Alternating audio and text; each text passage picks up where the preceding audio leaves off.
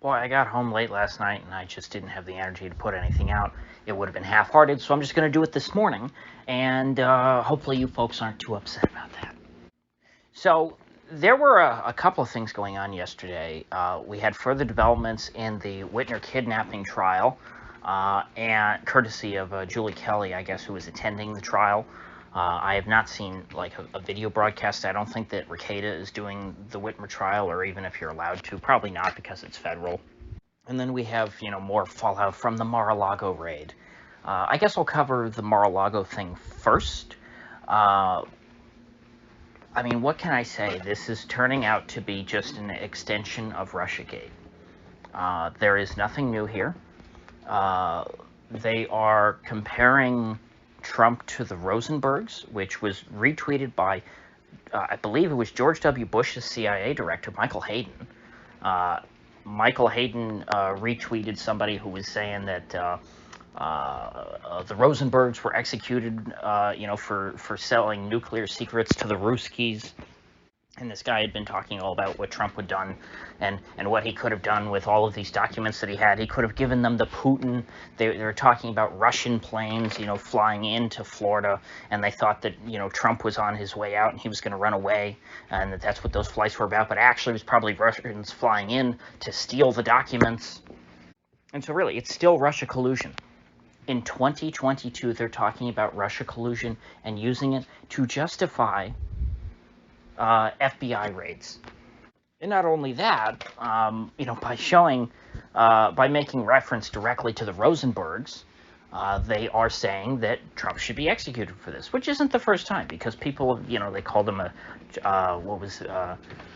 that crazy woman, Louise Mensch, what was her word? Treason weasel, I think is what she used to call, Trump and his ilk. Whatever happened to Louise Mensch? She's still on Twitter. Her stuff used to be pretty funny. And so, as we suspected, there's not anything here. I mean, who could be fooled after the last, 3 times that Trump was finished, that this was it? Oh my gosh, it looks like there's something really bad here. You had Russiagate, Ukrainegate, and then what was the third one?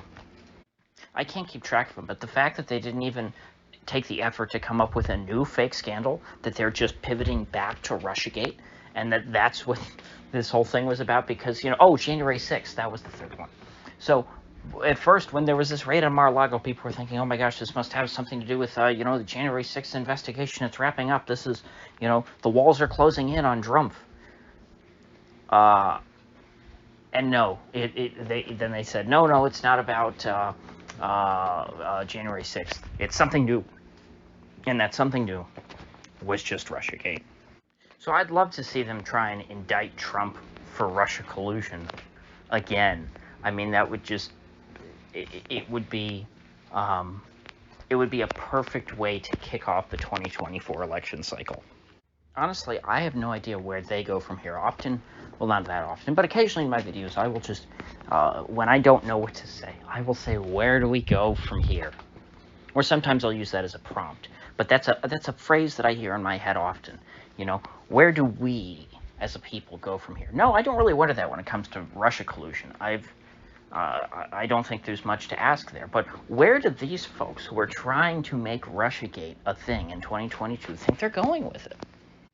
I mean, I haven't even brought up the fact that they changed what it was they claimed to have been, raiding him over like 3 times now. I think the first time they just said general classified stuff. Then they said the nuclear documents, which could mean, I guess, nuclear secrets or the nuclear codes. That's what people jump to. And then finally they settled on this Russia stuff. And now I'm even hearing people saying, well, they were going after Trump's personal notes, like notes that he had sent back and forth with like Emmanuel Macron or the Rocket Man, Kim Jong-un. Like, that's what they wanted to seize. I mean, it's pathetic. I mean, come on. If the FBI had anything, they would have done a big press conference, and they would have laid out, just like they do when they do a drug raid, they would have laid out all the guns and all the drugs on the table, and they'd say, look at all this stuff we seized from these bad Mexicans. I don't know why I did a Mitch McConnell voice there, but I think you get the point. The FBI has nothing to show for their actions. and they can't even explain what they were looking for, because they went on a fishing expedition. They were looking for anything that might be incriminating, and it looks like they didn't find anything. Because I think what they were going to do is they were going to go in, they were going to search the place, and then when they found something bad, they would retroactively say that they went in there looking specifically for that. And yesterday they also released the search warrant. They did not release like the affidavits related to the search warrant, so we don't know why they did the search, other than the fact that there is a grand jury that has been impaneled, which is considering indicting Trump under the Espionage Act. You know, the Espionage Act, that beacon of press freedom and civil liberties that U.S. Congress passed during the Wilson administration in order, I believe, to jail dissidents who didn't support America's entry into World War I. It's never a good look when you're considering prosecuting someone under the Espionage Act, like they are trying to do with Assange or anybody else, because that's just kind of the Espionage Act is a very authoritarian law. So you're not really hiding the ball there when you do that. When you're bringing up the Espionage Act, you're saying, you know what, this isn't a free country, we don't care, we want this person in jail because we don't like what he did, and he's an enemy of the regime, he or she. But it also gives me some hope for entertainment, because I look at that and I say, you know what, that sounds like fun. So I don't say this with any malice towards old Donaldo Trumpo, but I do hope they indict him. And you know what? I think in his heart of hearts, he hopes that he gets indicted too, because it's going to be fun. That's what matters most right now, because nothing coming out of politics is going to be positive, for me personally, or for, America. So we should at least have fun with it, right? I mean, it would be the trial of the century, and it would be a joke. They'd have to try him like in, I should have looked up, I don't remember where the grand jury has been impaneled. If it's in D.C., that's great, because not only can a standard grand jury indict a ham sandwich for jaywalking, a D.C. grand jury can indict anyone with an R next to their name with genocide. So if it's a D.C. grand jury, which I would think it would be, unless maybe it's a Southern District of Florida grand jury, in which case it'd be more questionable. Either way, though, I mean, you have D.C., which is like 99% blue, and then South Florida, which is just largely blue. If they're from Broward County, that would be very, very blue. Then you have Dade, which is a bit more split, and then you have Palm Beach, which is kind of in the middle. So I'll have to look that up later, where the grand jury is impaneled. But assuming it's a D.C. grand jury, and he gets indicted, and then it's a D.C. jury pool, I mean, Trump's getting life in prison until, of course, he appeals it all the way up to the Supreme Court, in which case I would imagine he'd probably win. And I can say that without even hearing what the indictment is, seeing what the evidence is, because if there was evidence, we would have seen it a long time ago. We would have seen it in 2017 when they first started the Russiagate, nonsense. So moving on to the Whitmer trial, this is getting more and more embarrassing for the FBI as the days go on. So I'm not going to bury the lead on this one, although we're almost 10 minutes in here. I should have said this to begin with. Maybe I should have started with the Whitmer stuff. In retrospect, I probably have less to say about the Whitmer stuff than the Trump stuff, although I thought it was reversed. A female FBI informant, they call them.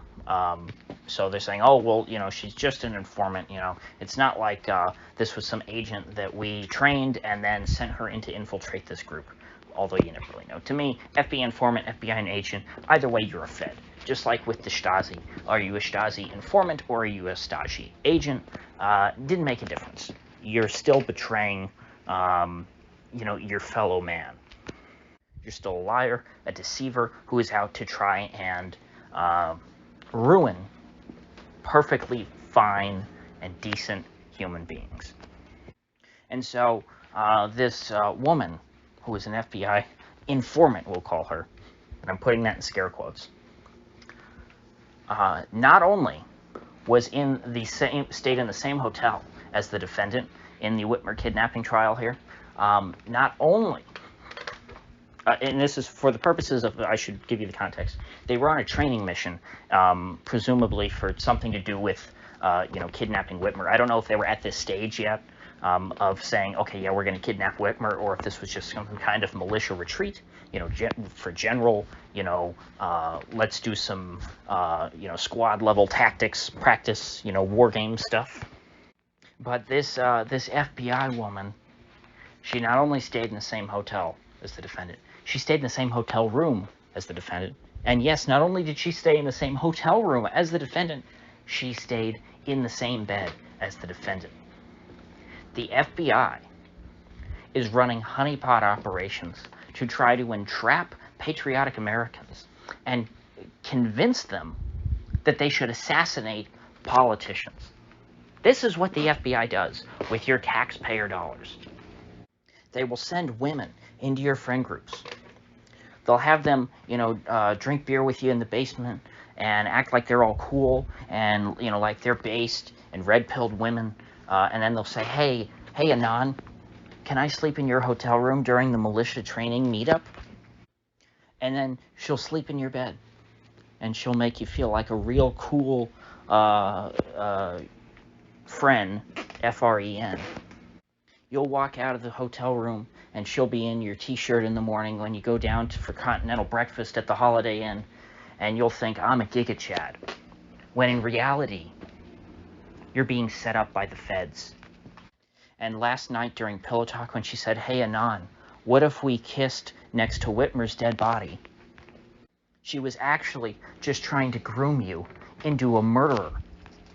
Hey, Anon, I'll marry you and have 2.5 trad babies with you, and I'll wear a sundress if you kill Whitmer for me.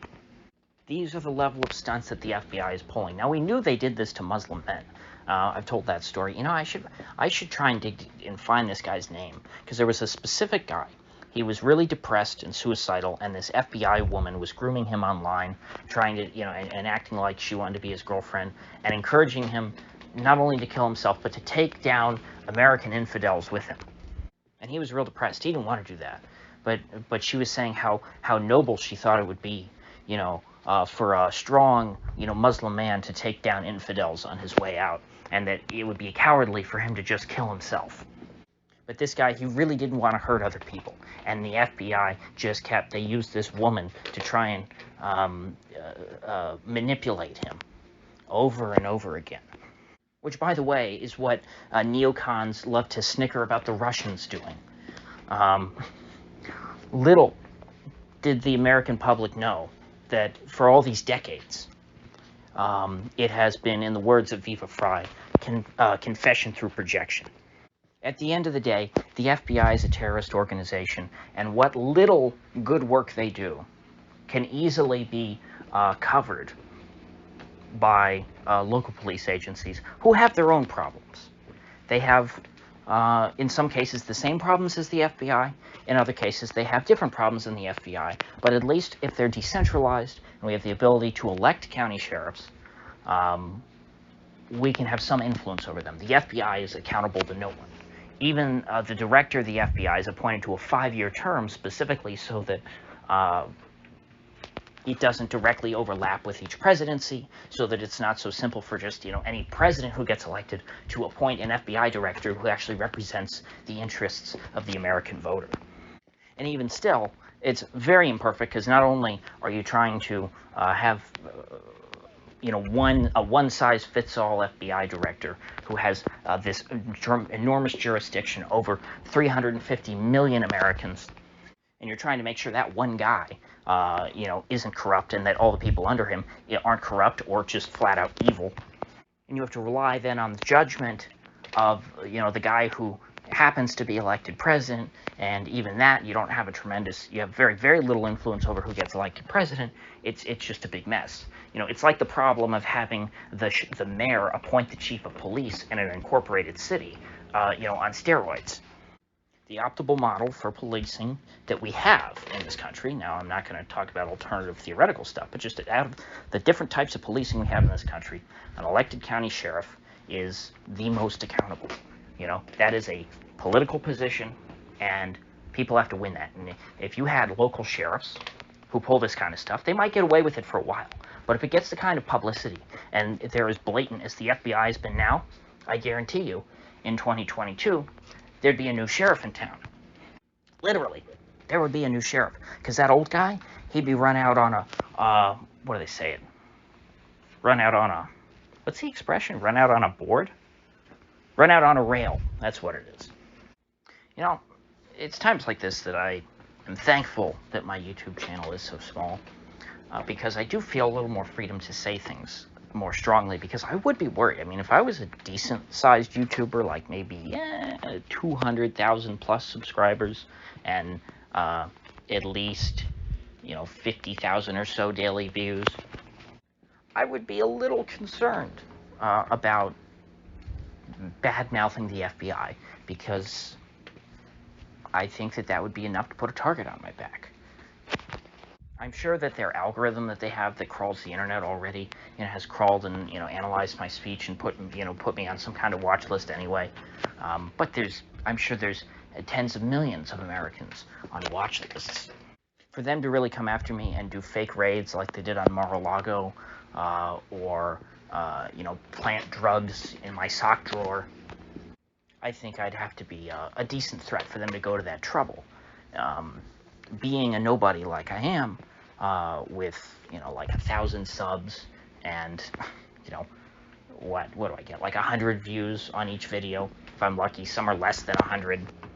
I can just vent in my little echo chamber here, while at the same time not just stewing in my basement, rocking back and forth and going I know those people are out there. They're going to get us all, and going insane. Because I think it's important for people to know that they're not alone and that they're not crazy. Because if you don't have interactions with other people, if you don't have any feedback, you do go down the crazy route. You do spiral out of control. You do start to suspect that every helicopter that you hear overhead is following you, and has been following you all day, just like in Goodfellas. And it's not a healthy way to live. You'll give yourself a heart attack. I think that most people worry much. Now, some people don't worry enough. Some people are way too carefree. I'm much more on the other spectrum of worrying way too much. I wake up every day borderline kind of thinking that every day could be my last. And in some ways that's good because I'm careful. And some days that's bad because I make myself way too stressed about this stuff. Because at the end of the day, you and I have almost no power. We're ants in this whole equation. And if you accept that, it can be quite liberating. Because if you realize that you have no control over these circumstances, you can worry about the things that you actually do control in life. Because there is a lot that each individual controls in life. The number one influence over, in America at least, over your life is yourself. And yes, these other forces might have,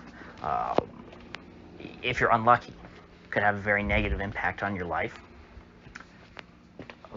Most people are not that unlucky, especially if they take mild precautions to avoid these circumstances. If you just know how to spot a Fed, and you don't let anybody talk you into trying to do anything sketchy. If you don't have any friends, basically, you have less to worry about. Now, not having friends, then you have the trouble of, again, the process of, okay, you have your own echo chamber inside your head and you go crazy. And I think that there are a lot of people, because as crazy as this time is, people who are on the edge are going to go off the deep end. They're going to be pushed by all this kind of stuff when they see things like this on TV. They do go over the edge. And then you end up with more problems.